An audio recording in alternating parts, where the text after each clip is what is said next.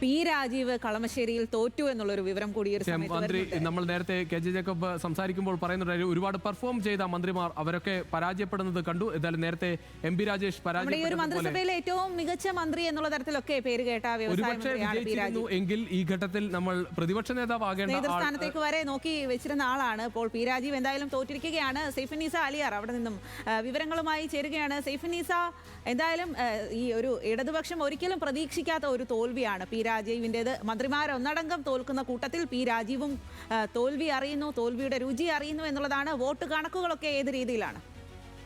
തീർച്ചയായും 16,312 വോട്ടുകൾക്കാണ് വ്യവസായ മന്ത്രിയായിരുന്ന പി രാജീവിനെ ഇപ്പോൾ അബ്ദുൽ ഗഫൂർ പരാജയപ്പെടുത്തിയിരിക്കുന്നത്. വി കെ ഇബ്രാഹിം കുഞ്ഞിന്റെ മകനാണ് അബ്ദുൽ ഗഫൂർ.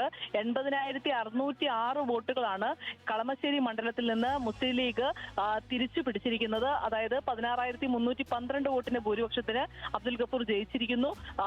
വി കെ ഇബ്രാഹിം കുഞ്ഞിന് ശേഷം വീണ്ടും ഈ അബ്ദുൽ ഗഫൂർ മകൻ IML സ്ഥാനാർത്ഥിയായി എത്തി. കഴിഞ്ഞ തവണ പരാജയപ്പെട്ടു. വീണ്ടും മത്സരിച്ച് അതേ സ്ഥാനാർത്ഥിയായിരുന്ന പ്രതിപക്ഷ